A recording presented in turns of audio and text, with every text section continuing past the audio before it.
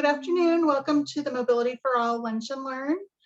Today we have a guest from the Association for Community Living, Caitlin, and she's going to be able to provide us a presentation that's called Our Neighbors with Disabilities Training.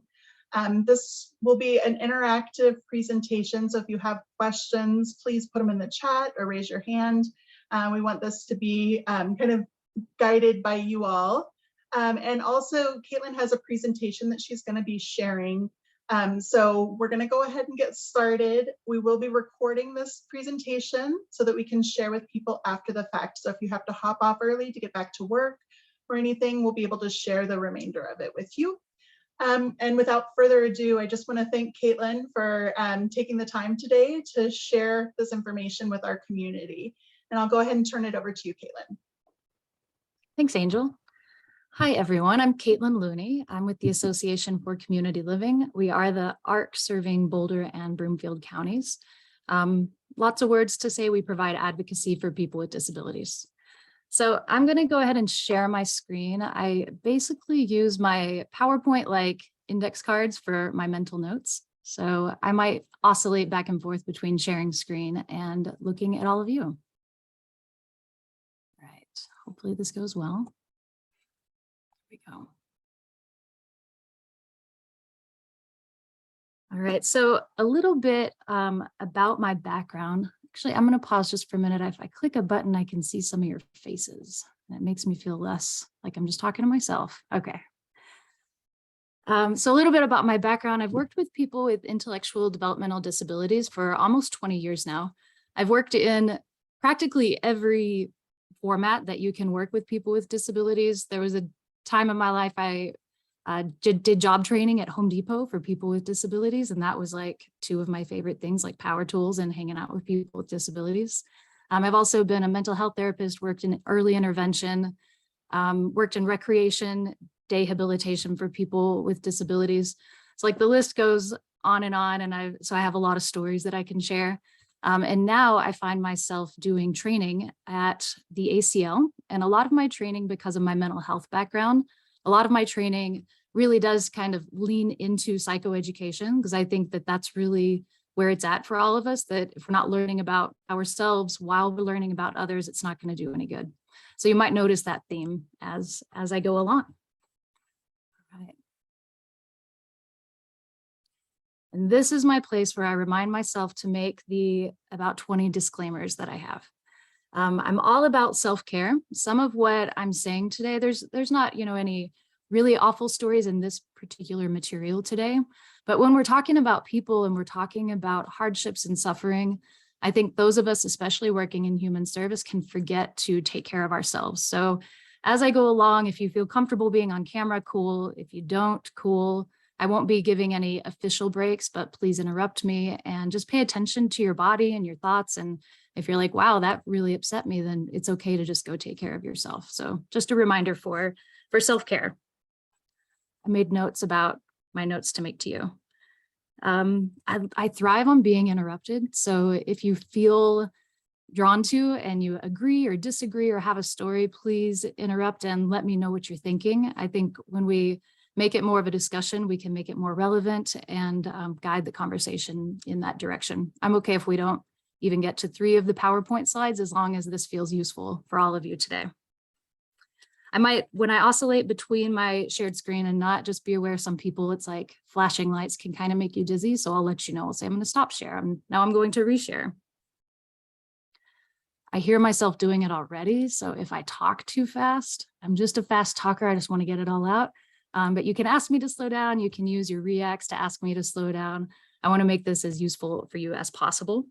And last clothespin is that I am the trainer for ACL, and we have a lot of other trainings. So if your organization that you're here today representing could benefit from a disability training or a training on sex education for people with disabilities, or the one that's requested most these days is a training on stress and burnout. It's called Frazzled and Weary. So you can go to our website, click on the training link, and you can request you can see our full catalog and request trainings there. What I'm presenting today is a little bit what my colleague Julie calls a wet your whistle training. And so we're going to be going through a presentation that's really about 3 hours in length. And I'm just going to try and hit some highlights. So as you learn, you also can find out what you don't know. And so you can seek that information as well. All right. Any questions so far? Not so far, thanks. Cool. Thanks for talking to me, Angel. Okay, so I'm trying to get all of the things covering this up. So all the materials that I'm going to be referencing, this slide deck can be found on a Google Drive. You can use this short URL, just type in bit.ly ACL neighbors, and it'll send you to the Google folder, the Google Drive folder. A thing I have learned is that this URL is case sensitive. So if you see a capital letter, make sure and make that a capital letter. Alternatively, you can scan this QR code with your device you have on hand right now and click on the little link that pops up, and it will take you right to that folder. In that folder, you'll find this slide deck, you'll find different handouts, you'll find a list of disability etiquette that we will review briefly, but it'll be a good reference for you in the future. And there also is a list of curated links of videos that might be good to show at a staff meeting or just to watch on your own to further your learning. There's also little GIFs of a person demonstrating some common ASL signs that would be useful when you're interacting with people with IDD.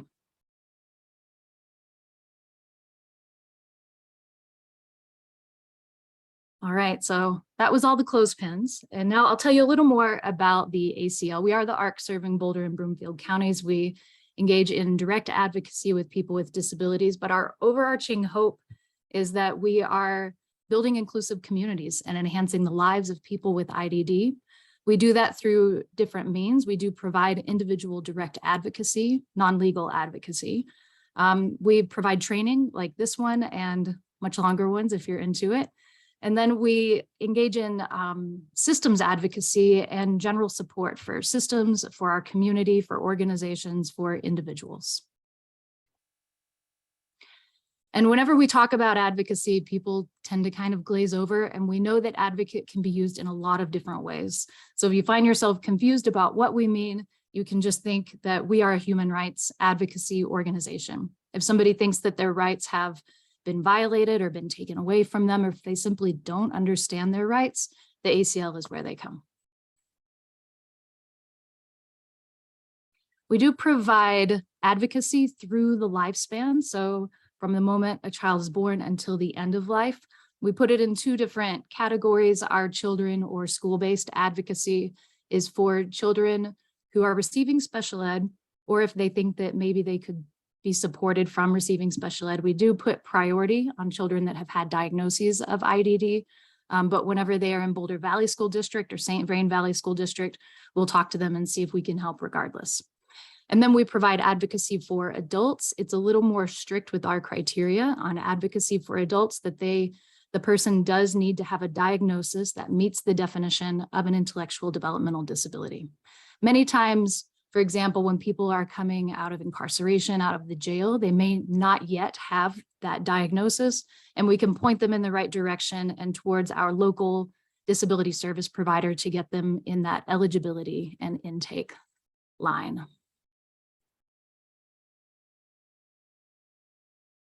All right, now's my favorite part, when I can not talk for just a minute and find out a little bit about all of you. And as a self-proclaimed introvert, I hope nobody just panicked that I'm going to put you on the spot.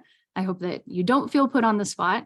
I'm going to ask you to use your reactions that are in Zoom. And so if you haven't used these before, then it's the little smiley face with the plus. You click on it, and whenever you click on it, you will see something that looks like this. One time only, somebody told me that they didn't have this. They only had a thumbs up, but I think they were using Zoom from 2001. So hopefully everybody has these reacts. So the ones in the red box are the ones we're going to be using. And the difference between these is that you can click it to show it, and then you can click it again to make it disappear. So we'll be using these three: the no, the yes, and the coffee cup, because who doesn't like to talk about coffee? So I will be asking you all, I'll stop sharing my screen, and I'll be asking you all questions that basically are about you, and it's like a yes or no. So if the answer is yes, absolutely 100%, then give me the green yes check mark. If the answer is no, absolutely not, give me the red X.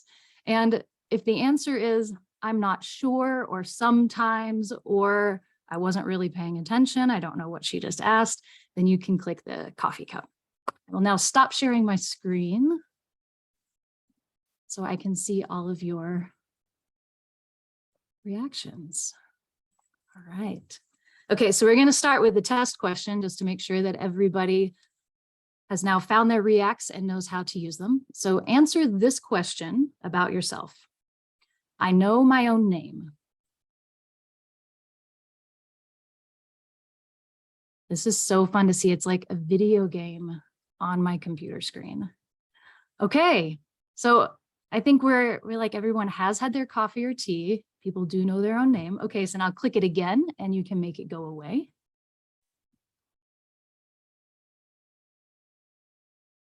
This is only the second time actually I've done this, so I like seeing success right off the bat. Thanks. Thanks for playing along, guys.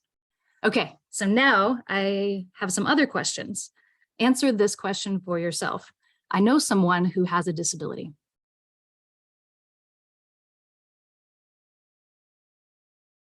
A lot of green check marks. That's cool. Whenever, if this were a longer training, I would ask you guys questions, but I can speculate that even those of you who are saying no, I bet you think maybe there's someone, but you're just not sure, because people with disabilities are everywhere. Okay, so next question, more specifically, I know someone with an intellectual developmental disability.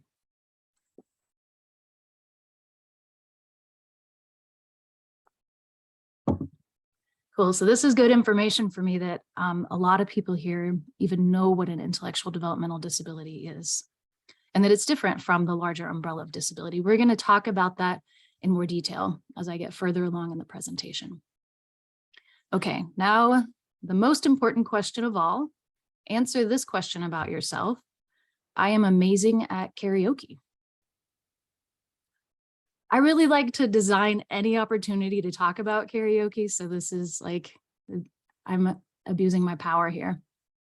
If somebody's amazing, are they going to be put on the spot to sing for us? No, I don't play that game. I mean, if they ask to sing, absolutely they can. A thing that I don't know if this is true. I heard once that in Japanese, the word karaoke actually means out of tune. And so if you do karaoke and it's really bad, that means you're doing it really well. So you red X's, keep that in mind. Okay, refocus. Okay, I have a few more kind of serious questions. Answer this question about yourself. I know what the term IEP means.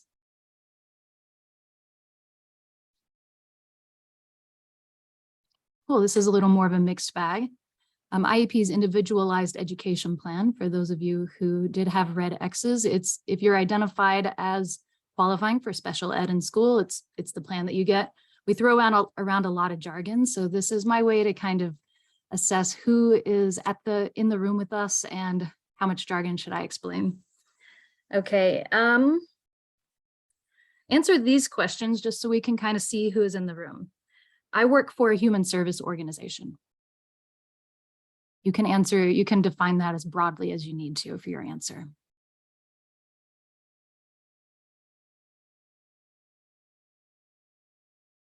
Cool, okay. Yeah, so we're kind of split in that area. Okay, answer this question. I work for a transportation organization or agency.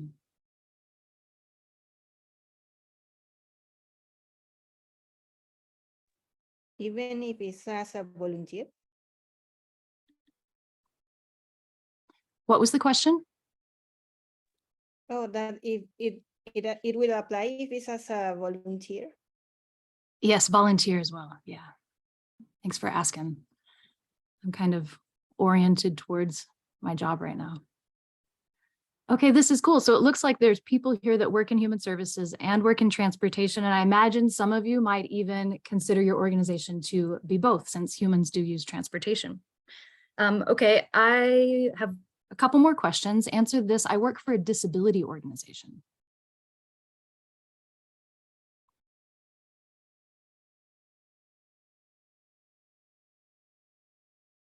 I like this. It's a really mixed group of people here today. So please, all of you from disparate agencies, please share your experience and your questions as we go along. Okay, the last question, answer this question about yourself. Given the opportunity, I would definitely bungee jump.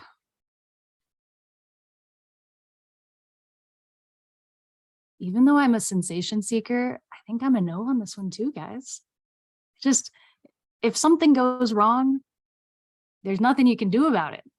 Oh, Frank already has bungee jump. Rock on, Frank. I'm glad that went well. Okay, thank you everybody for playing along. This is a good way for me to know who's in the room and kind of how to gear the things that I say. Darcy, I bungee jump a number. Okay, Darcy says it's amazing. So I'm gonna need to watch some videos on what are the real risks and what are the perceived risks, and then I'm gonna reconsider. Okay, thank you guys for playing along. Again, please ask questions as we go. I love that you're using the chat. I'm gonna share my screen again.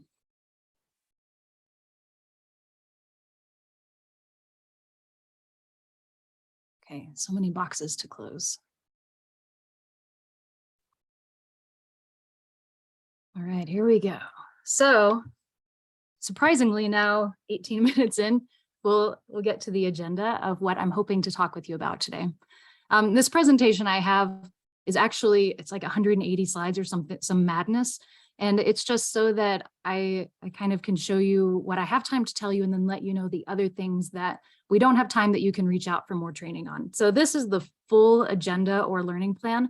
I believe that today we're going to get through 1 to 3. And so know that there's more information to know that we can really dig into the social factors affecting people with disabilities. We can look at some very specific vignettes and talk about very practical skills. In the Google Drive, you do have the handout that is strategies. We're not going to have time to review it. It just takes too much time to go through specific strategies, but you have access to it and you can always reach out for more education. Okay, so hopefully, I'm hoping we're on track to get to 1 through 3. So I wanted to explain a little bit about how I ended up here talking to you today. So there's 3 different stories that came to mind when I was thinking, what's my goal in talking to the Mobility for All crowd today? One of them, and the primary one, is that a few months ago, a guy, and these names are not real names, by the way, just a mental note for me. So a few months ago, a guy, Evan, came to the ACL and had struggled with the RTD. He lived in an apartment fairly independently, had staff nearby that would come and help him. And the way that he accessed the community and the way that he socialized and got himself out of the house was to take the bus that had a stop nearby and take it into town and go shopping and talk to people and, you know, get coffee and whatever he wanted to do. One day that the bus driver changed to a new bus driver. And so he was in the bus station, getting ready to go back home. And he leaned into the door and asked the bus driver, what time are you planning on leaving? Because of Evan's disability, he has ataxia and aphasia. Ataxia is whenever you have unsteady movements with your body, and aphasia is similar but with speech. And so his speech can sound slurred and his movement can look like he's about to fall over. So we believe that at this point, the bus driver, who admittedly, I imagine this is a very difficult and very stressful job to have, and you probably have so much to put up with. So she made a snap judgment in that moment and believed that he was drunk instead of he had a disability, and yelled at him. They got into an altercation, and this ignited months and months of them knowing each other and having this altercation. And on a couple occasions, Evan was stranded away in a town that he didn't live in because she refused to let him onto the bus. There were many times that the bus just passed him up when he was at the bus stop, that he wasn't picked up. And so he came to us and asked for support. So this is how I met Angel, is that she was giving us some guidance through this process. And it's why we're here talking today, to spread awareness, because I'm sure there's no bus driver out there that really wants that to be the outcome. So we're doing our best to change it. A couple other things that I know from over the years is one person that's in a support group that we have with people with IDD tells us, when we asked specifically about transportation, told us that many times he'll choose to not take the bus if there's a lot of people on it, because the lift to get his motorized wheelchair onto the bus takes a lot of time, and that he sees people rolling their eyes and checking their watch and being impatient. And one time he said that he believed that he had held the bus driver up from being able to take his break. And so he chose to just not use public transportation because of all the anxiety that he had about using the lift and the amount of time it took for him to get onto the bus with his motorized wheelchair. And one that I have a little picture to go with is that this other person, Kathy, as we will call her, she also uses a motorized wheelchair, and sometimes she tries to use Access-a-Ride. And what she learned is that because her wheelchair is motorized, that she can only use Access-a-Ride when it's snowing. If there's not weather of that sort, then she has to find alternate means. So one day she was using her motorized wheelchair to get around. The sun had set, it was pretty dark, there weren't lights on the street, and she accidentally went into a pothole. And the way that her motorized wheelchair is set up, that the center of balance is, it's a little iffy. And so she was stuck in the middle of the street in the dark in this pothole. Luckily, she's very resourced and she's a really good problem solver. And so she knew to call 911, and police and emergency people came and helped her out of the pothole. And so then we think, okay, well, it's snowing, so Kathy will be able to use Access-a-Ride. And so subsequently, Kathy was using Access-a-Ride and was dropped off, and it had been snowing, so she was allowed to use this version of public transportation. And whenever she was dropped off, I got a call because she was stuck out on the road and couldn't get off of the sidewalk to get back to her apartment complex. And you might think, well, that must be extreme snow plowing to block a person or block a curb cut. But you can see from this photo that it doesn't actually take a whole lot of snow or any type of debris to prevent access from all these curb cuts and all of these accessibility options that we have in our community. And so in this moment, I asked, if I could take this picture and share. And she said she wants people to know because this happens all the time, and she has so much nervousness when it has snowed, and she just knows that she's going to get trapped on a sidewalk unless somebody like me shows up with a snow shovel to clear the path. So that's a little bit of background information about why I'm here talking about disabilities today. I'm going to pause for just a moment in case anyone has some comments to make. I can't see your faces, so. I will say that I hesitated to tell 3 stories of difficulty because I was talking with, my coworker, Julie. She's my partner in community capacity building. And before we started this, we talked about 10 other situations we know where people have befriended their bus drivers, and their bus drivers check in with them and make sure that they're okay and they know what the next route is that they need to get and that their phone is charged. And we know all of these really positive experiences. So not to say that everything is going wrong, we just want to highlight some of the things that are going wrong that we know can change and shift. Caitlin, Darcy just says, thank you for sharing the stories. They're very important and they hurt her heart. So thank you very much.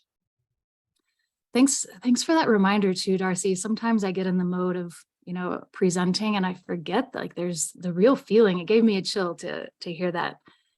Yeah, it does. It's heartaching to see the struggles that some people have that most of us are oblivious to.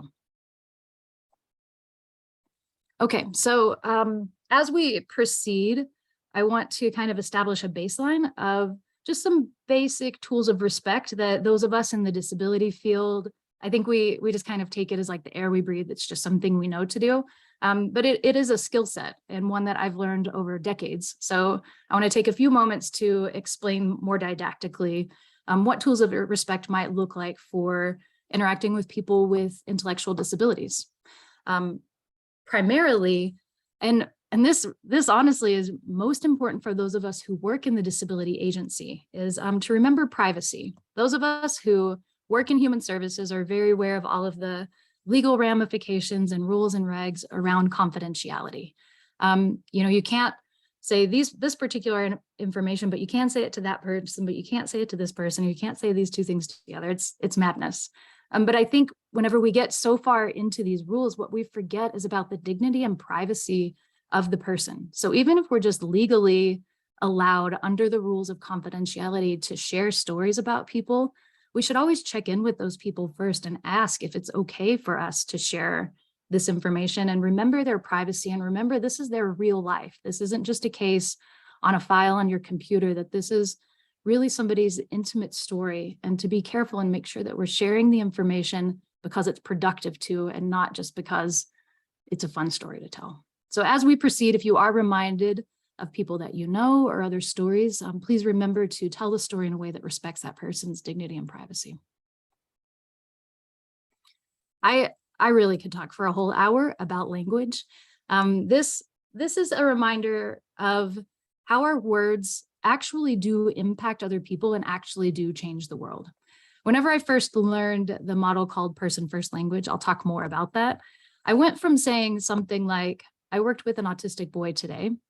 Maybe that's a bad example, but I'll go with it, to, or I worked with a nonverbal autistic boy today. That was, back in the 90s, how we spoke. And now if I say it, I would say I work with Sam, who's diagnosed with autism and communicates through vocalization and gesture. And so while it becomes a paragraph, what was previously just a small set of words, it is more reflective of who Sam really is. It's more respectful to who Sam is. And it really the language we use helps to see people as individuals that are capable of communicating and navigating the world and have individual personalities that show up. There's a theory called the Sapir-Whorf theory that it looks at what happens in our brain whenever we use language, and also what happens in our brain when we hear language. And so when I learned about this, I thought, oh my gosh, this means that if we're out there in the world using respectful, intentional language about people with disabilities, not only is it changing the way that my brain fires when I think about people with disabilities, it's also changing all of your brains. Hearing me use respectful words is making your brain create new pathways to think about people with disabilities in whole new ways. So while I get into the nitty-gritty of these different models of communication, it's going to be easy to want to blow it off and be like, it's just words. I didn't mean it that way. I think that's things that we've all said at some point, but it does matter. And it is activism to go out there and speak respectfully about people with disabilities.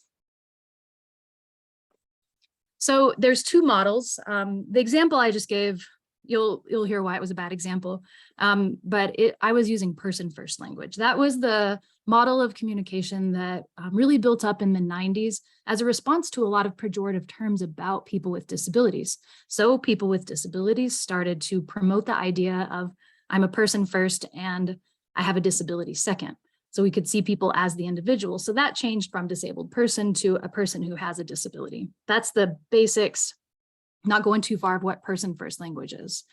And then we fast forward and people with disabilities started to say, well, I'm actually not ashamed of having a disability. It's a very important part of who I am. I have disability pride. And so I don't want to hide my disability, after the preposition in the shadows. That's my part of my identity. And so I want to be called a disabled person. That is more common. You'll see identity first language used more commonly with deaf culture and within the autism community. But there's many people who don't fit into those categories that also prefer to use identity first language. So I've now kind of taught you and then presented you with a huge problem. Like, okay, so what do I say? How am I respectful? And most of you probably know the answer is just ask. Listen to the way the person refers to themselves, listen to the way people closest to them refer to them. And if you can't figure it out, then you can just ask them. But luckily, it's not that often that it's actually relevant for us to talk about a person's disability, because most of the time people are just being people. So if it is person first language, as you see described in the red box, and this is in the Google folder that you can look at later.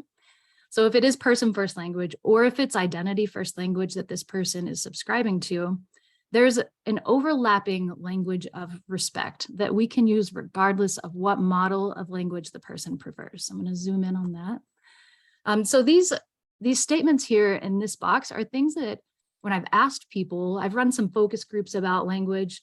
I just, whenever we run support groups, I just talk to people about the language that they prefer about themselves. And these are some things that people have very specifically said.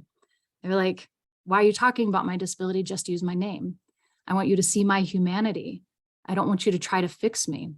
Never use the R word. And then the person I'm thinking of afterwards said, seriously. And I know that for the most part, we've gotten this out of our cultural vernacular, but it's not entirely gone. And when just as recently as last month, I heard someone say it. And whenever I correct them and talk to them about it, they're like, oh, I didn't mean it like that. But the way that the person hearing it hears it is that the R word means something bad. Very often it's connected to, if you use that word, you're saying that something didn't go right, something was broken, something was bad. And that affects people who hear it. If they have a disability or not, it's going to affect the way that they're thinking about the disability community. People have said, please don't sensationalize my experience. I just brushed my teeth. You don't need to write a song about it. Only mention the disability if it's relevant. An example here is, I know a guy who loves to get up in the morning, get his coffee. He goes to the bus stop and sits on the bench. He's not going to take the bus. He's just there to talk to people. And so he has jokes that he's looked up, and he'll tell the jokes to the people that are there, kind of begrudgingly going to work or wherever they're going. And it lights people up and it brightens their day. So when the person who had their day brightened by this joke gets to work, it's not necessary that they say, oh, a guy with Down syndrome today told me this joke and it made my day. That disability just isn't relevant to that scenario. And so instead they could just be like, this guy always sits there with coffee and tells me these jokes and he's a great guy. And let me tell you the joke and he's hilarious and it really lightens my day. That's an example of how to think about, are you mentioning the disability because it's relevant and necessary, or are you mentioning the disability just because it's different? Also emphasize with your language, emphasize abilities rather than challenges. An example of this is, we used to say that somebody is nonverbal. And while that is one descriptor of how the person shows up in the world, it's not actually helpful because all people can communicate, even if it's not with words. And so it's not telling us how is this person communicating, it's just saying the way that they don't. And so instead you could change that to say that the person communicates with vocalizations, or the person uses an iPad to communicate, or the person will look to the left if they think that what you said is really funny. And so while it is putting more words on it to focus on the abilities, it's going to be more effective and open up more opportunities for that person. Describe structures as accessible. This is in lieu of saying handicapped, for like a handicapped spot or a restroom. A good rule of thumb is that if it's an object, an inanimate object, most of the times you can use the word accessible. And even accessible isn't the most descriptive because sometimes it's mobility accessible, or it's hearing or vision accessible. So you can even be more descriptive with that. Avoid the terms normal and able-bodied. These can seem pretty benign. And again, they're not entirely accurate. Who among us here would describe themselves as normal? If we had more time, I would stop sharing my screen and make you do check marks or X's. I don't describe myself as normal. And able-bodied is fleeting. It is a state, it's not a trait. Right now, I fit the bill for able-bodied. I could walk out my front door and twist my ankle and suddenly I'm not able-bodied anymore. So while these have started to take on a pejorative nature, they're also just not entirely accurate and aren't giving us this flexible, critical thought about what does it mean to have a disability and how that can come and go throughout somebody's life. The next one, I'm not special because of my disability. This was an outcome of some in-depth interviews I did about language. And I was interviewing this guy who, he's kind of just like a guy's guy. He likes to fix lawnmowers and he's really burly and he's not gonna hug you, he'll like pat you on the back. And I was going through a list of words to ask for his response. When I got to the word special, he got very, very emotional and tears came to his eyes and he couldn't respond to me, which was very surprising to me because I'd been through some pretty not great words. And the word special is what got him. And it's because of the way he described it for his specific situation, was because of the way that it was used in education, that you go to special education and then very quickly you become the SPED kid. And then all of the other kids who are not in special ed at the school start to just call you special and say it in a derogatory way. So I know that the school system, it's a whole other situation, and some of it's like legal language that we need to slowly work out of documents. But if whenever possible, please avoid using the word special to talk about a person with a disability. I actually have a video next to say a little more about it, coming from people who have disabilities. And don't group me by my disability. We hear this happen sometimes with, I'm going to say it the way you shouldn't say it. People say the autistics or the Downs. And so every person is an individual, and every disability, even if it fits the same diagnosis, manifests individually to that person. So please don't group people together by their disability. All right. I'm going to play this brief video. This was a video from a few years back, made for National Down Syndrome Day, International Down Syndrome Day. And I like it because it's people with Down syndrome that came together to talk about the word special and the reason that they think you shouldn't use it. If you can't hear it, please stop me. People with Down syndrome have special needs. Special needs? Really? It would be special if people with Down syndrome needed to eat dinosaur eggs. That would be special. 1 dinosaur egg. Enjoy. Man,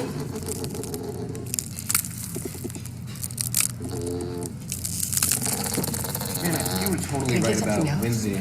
If we need to wear a giant suit of armor, that would be special. I got a condo in Manhattan. Baby girl was hacking. So gonna get to clapping. Go pop a phone. It would be special if we needed to be massaged by a cat.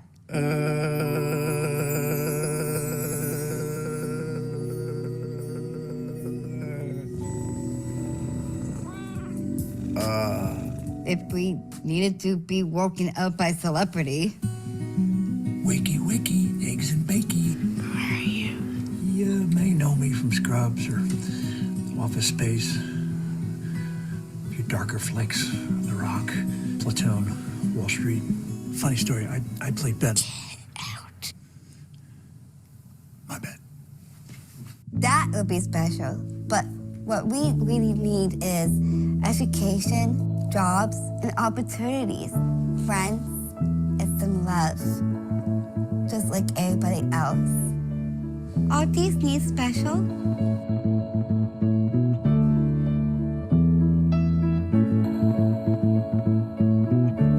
All right. Pause. I am going to stop share once more. I've been talking a lot and fast, and I just want to pause for a minute. It's okay if you don't have questions or comments, but just to check in. That video always gets me a little. It was so sweet. Yeah. That woman is an amazing actress. I never remember her name. I think it's Megan something, but I think she was in Glee. Yeah, Jen, it looks like you have a question.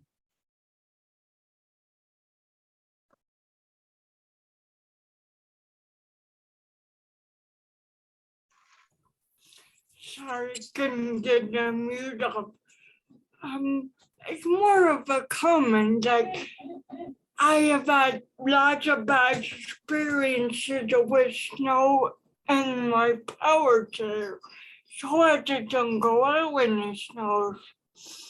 And I tell people wheelchairs and snow just don't mix.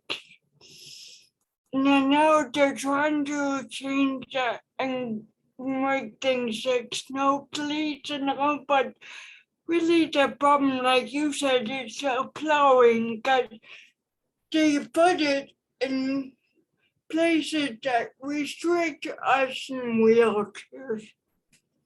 Like they just don't think about what we need, you know? And also, there's a great speech called "I'm Not Your Inspiration." I definitely like that. I'm like, I hate it when people say you're an inspiration. Like I asked for cancer, but it's kind of like the special thing. It's like we're not different or special or inspiring. We're just people. Just the one that just heard it. Thank you for sharing that, Jen. Said very, very well. Yeah, the plows are a problem. And I love that you talked about that video. That video is actually, we're not going to watch it because it's about 10 minutes long, but it's in this presentation and I have it in the document called Curated Links. It's in Google Drive. So if you all want to see it, I think the actual title, Jen, is I'm not sure inspiration. Thank you very much. She's kind of sassy. Yeah. Thank you for sharing your experience and your thoughts, Jen. Anybody else?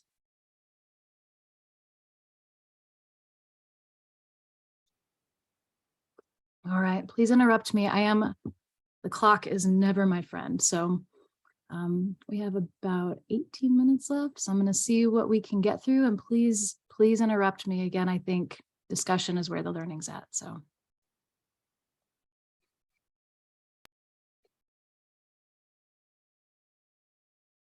Okay. This is another handout. I won't go into too much depth about it. Some people like to print it out and put it on their desk as a reminder. This is another handout that you'll find that we made just to say, like, speaking respectfully about people with disabilities is also the same way you speak respectfully about every single person. So just know that this resource is there if you find that useful. This is the video Jen's talking about, but we'll have to skip it today. Okay. We're still, just as a reminder of kind of where we are in the flow, we're still in the section where I'm talking about basic rules or tools of respect when working with people or interacting with people with disabilities, specifically intellectual disabilities. So one tool of respect, it feels kind of nebulous, but I did make a bulleted list to help out. It's called the least dangerous assumption. Back in the 90s, there was a special educator named Ann Donnellan. She was a teacher in a special ed classroom, and she had discovered or started to notice that students who had been many years through the school system, had a certain educational record, and then they would decide kind of midstream, they would identify that they did meet the criteria for special ed. So then they would be moved into the special ed classroom and started to use the special ed curriculum. And then she would notice after several more years, if she looked at the educational record, their performance, you would expect it to improve because they were now getting more individualized education, but their performance actually declined almost across the board every time. And so she looked into it more and did some research. And what she learned is that disability or not, all people, we only learn as much as opportunity is provided to us. So if we identify that someone has an intellectual disability or a learning disability, and we think, oh, and we have all these assumptions that we make, well, they can't do this, they can't do that, they can't do that, so I'm not even going to try, I'll just offer them this one thing. We're actually lowering the bar of all of the possible opportunities that they could have for learn and for change. And so the least dangerous assumption is based on this idea that it's the least dangerous assumption to assume everybody can do everything and offer them all of the opportunities, and then let them self-select out if something isn't working for them. Otherwise, we're just taking learning opportunities away from people and exacerbating what might have been a very minimal part of their life to have a learning disability in the first place. So as I have worked in all these various services over the years, I've slowly compiled a list of my own personal assumptions that I work actively to assume the least dangerous version. And these are things that I think we're all socialized by the same media. We all have the same limited human brain that likes to put things in categories. And so if you find yourself violating any of these least dangerous assumptions, don't be hard on yourself. It's very normal. I think the step then is to notice it, to be aware of it, and actively work to change it. So this is another thing I could talk for a whole hour about. I'm going to try and run through this really quickly so we can get to a few more bits of information before we're done. So my least dangerous assumptions about all people is that every person has the ability to communicate. Even if they don't communicate with words, they can communicate in some way, even if it's looking in a different direction with their eyes. I've talked about that, so I'll move on. All people have the ability to learn. It's not up to us to decide what to offer them to learn or what level they can learn. We provide them with all of the opportunities and let people learn what they can. All people have opinions and preferences. This connects back to communication, because you might think, of course, all people do. If somebody isn't communicating with words, we very often overlook asking them what they want. We'll just decide for them. We very often ask everybody else in the room what they think about something, and we don't find the time to slow down. And slowing down is like, if you have one thing, one skill that you take away today, being patient and slowing down is not only going to be good for when you engage with people with disabilities, but it's going to be good for your own soul as well. All people have complex emotional lives. This is the wildest one that I see happen. And you know, when I was younger, I held this too, that we think if somebody has a cognitive delay, then that means that they don't feel pain, emotional pain, as deeply as someone who doesn't, or they don't feel joy or happiness or sadness or desire the same way that other people do. And we know actually scientifically that having a cognitive delay has nothing to do with your emotional life. All people have deep and complex emotional lives, and we should assume so and attend to people in a gentle way that acknowledges that. All people can comprehend their environments. The financial autonomy in our world, money is power. And if you have a disability and you're in the disability system, you make one mistake with money and all of a sudden you get a rep payee and you don't even get to have cash in your pocket or even a prepaid debit card that someone's just going to take care of it for you. But what that could be saying to that person is that I see that money represents power in our society, and I'm going to take all opportunity for you to have that type of power away from you. So there's always a way to, even if it's just giving somebody a certain amount of money for one day at a time or for one event at a time, there's always a way to provide somebody with some level of financial autonomy. All people have the desire for intimacy. This can be a romantic type of intimacy, or it can just be having a very, very close person in your life. Even if that is that you have a friend who loves to watch the same show as you, and both of you use iPads to communicate. And so you don't talk a whole lot, but you love to watch the same movie. And so you sit down and you watch the same movie together, that people should be afforded these opportunities for relationship and friendship and intimacy, and not make the assumption that just because you're not chit-chatting back and forth that you don't benefit from that friendship or that intimacy. All people have the desire for dignity and privacy. I've talked about this some in terms of confidentiality and the way we talk about people. I see this also show up for people that need personal care. So they might use Depends, which are adult diapers, or they might need help showering or using the bathroom. And those of us who are staff people, we don't receive a lot of training. So it's not malicious. It's just kind of when you're young and you're nervous, you don't know what to do. This very quickly can turn into that you're at the mall and somebody needs to have their Depends changed. And so there's only one public bathroom. And so now you have exposed a person in the public bathroom so you can change their Depends without thinking that even though this person receives personal care multiple times a day, they still have the desire for privacy and dignity and respect and some sanctity about their own bodies. All people value their culture and their language. Again, this connects back to communication, even if the person is using vocalizations and gestures to communicate, but they come from a household where everybody speaks Spanish, and then they go into a program where all of the staff are speaking English. This is going to affect them, and they can find it othering, even if they themselves are not speaking Spanish. All people are sexual beings, and that's literally a whole other training I have. You can sign up for it if you like. And that's the whole spectrum of what sexuality is, which even one end of that spectrum is asexual. That's still that person's sexuality. So everything appears on this assumption that we assume that people have opinions about this, and we should find out if it's necessary. And all people can benefit from risk-taking. I think some of the best lessons I've learned in my life are because I really, really messed up, like really bad. And whenever you find someone who's in the disability system, a lot of times we remove any opportunity for them to make mistakes or to have any risk. And we call it health and safety. And then that is a version of the least dangerous assumption that we're removing an opportunity for people to learn. Moving on. This is one thing to your list. okay. All people have the ability to give. To give. I love that. Or to help. I mean, That's my motto. Disabled doesn't mean unable to help. I'm writing it down. Okay. Lisa, I'm so glad you told me that. It seems like a glaring omission, especially because the description for this particular training, I wrote that it helps you to recognize the contributions of people with disabilities in our society.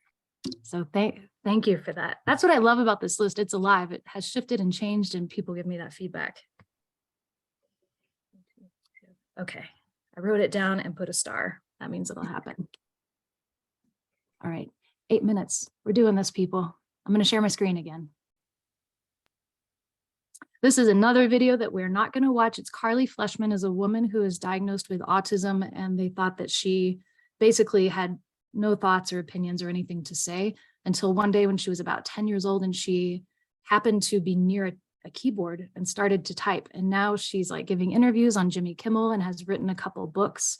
And so it's a really good video about we should check our assumptions and see just how dangerous our assumptions can be if we don't stay aware of them. This is in the curated video links. And I believe this is the last one in this section, that at the ACL, hide controls, okay. At the ACL, we use this as kind of one of our many rally cries, that nothing about us without us, meaning we're not going to change systems or talk about disabilities or make decisions for people with disabilities without listening to and having the input and real meaningful input of people with disabilities. And as I say this, it happens to me every time. I think, well, don't I look like a hypocrite up here giving a presentation on disabilities without a co-presenter with disabilities? And in some ways, yes. And there's nothing in this presentation that hasn't been informed by experience or directly asking through a focus group or an interview or friendship with somebody with a disability. So as you work within your own organizations, transportation or otherwise, and you think about making some possible systemic changes or policy or procedure changes for people with disabilities, remember that before you make that change, get the input of people with disabilities, get the input of the stakeholders, of the people that will actually be navigating that system.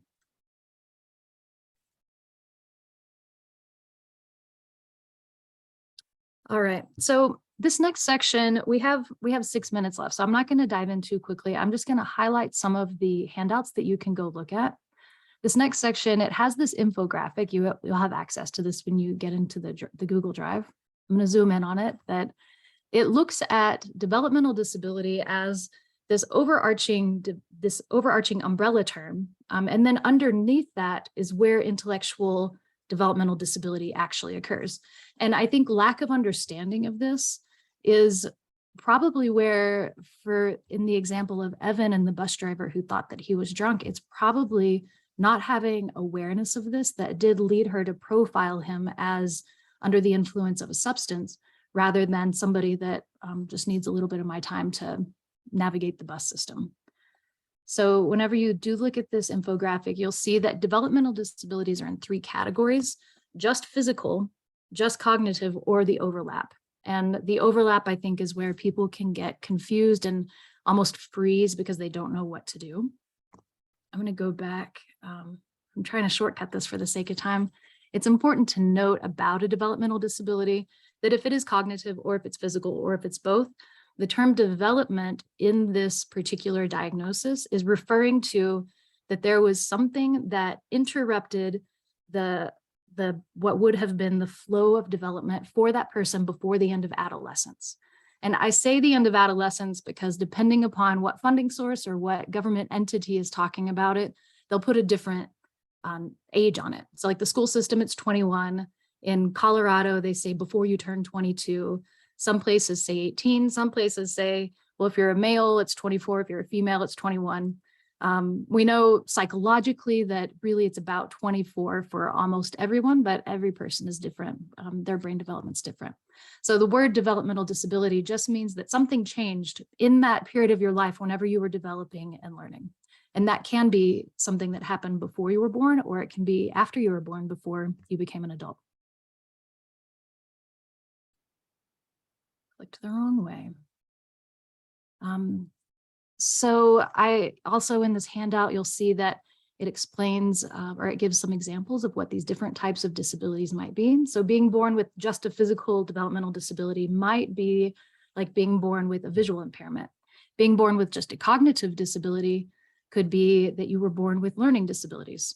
And then the overlap is you'll see some things in both categories. So for example, cerebral palsy shows up just in physical, and it also shows up in the overlap of both. This is here because every disability is individual to that person. So some people who do have a diagnosis of CP, they have no cognitive impairment because of it. It only affects their muscular, their body movement.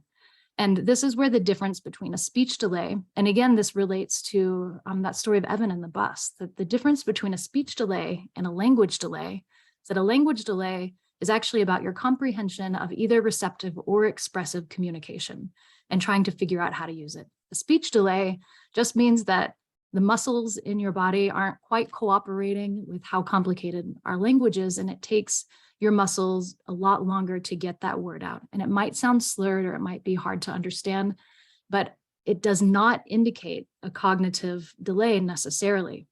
Us being socialized the way we are and kind of, you can hear me just babbling on and on, like this is how our society operates. And so our brain automatically hears somebody speaking slowly or speaking differently, and unconsciously we make that connection between they must have a cognitive delay as well. That's why they're not speaking as fast as me.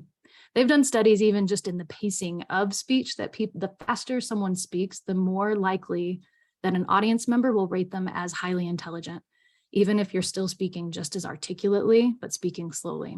So this is an assumption to be aware of as you are engaging with your neighbors and community members with disabilities, to check your assumptions about what you think is happening for the person, instead of getting curious and asking them and taking their lead and giving people all the opportunities that you have possible and the rest of the community has possible. I'm going to stop sharing again and just end there for the sake of time. Remind you that there's more information in the Google Drive. The full syllabus for the full version of this presentation is also in the Google Drive if you want to see if it's relevant for your organization. And my email was on a slide at the end. So my email is Clooney, like George Clooney, CLOONEY. You can see my name spelled here, at aclboulder.org. And if you have any questions or stories or just want to connect, please email me. Please look at our website, aclboulder.org. You can find our training there and reach out to us for any needs. Anytime people with disabilities or your organization want to advocate, let us know. Thank you. Thanks for listening. Great. Thank you so much, Caitlin. It was really a great training session. And I did put in the chat the link to their training catalog, Caitlin's contact information, and then also the Google Drive. So if you want to check those out, you can just copy that one block that I just did. And I just really want to thank all of you for spending your lunch hour with us to try to learn and grow and have this wonderful experience. So thank you. And we will be having our next Lunch and Learn next month with VIA Mobility Services. So Chloe is pulling that one together. So just wait for the notification of how people can help sign up people for VIA services. Thank you again, Caitlin, and thank you for the ACL. We really appreciate it. Have a wonderful day. Thank you.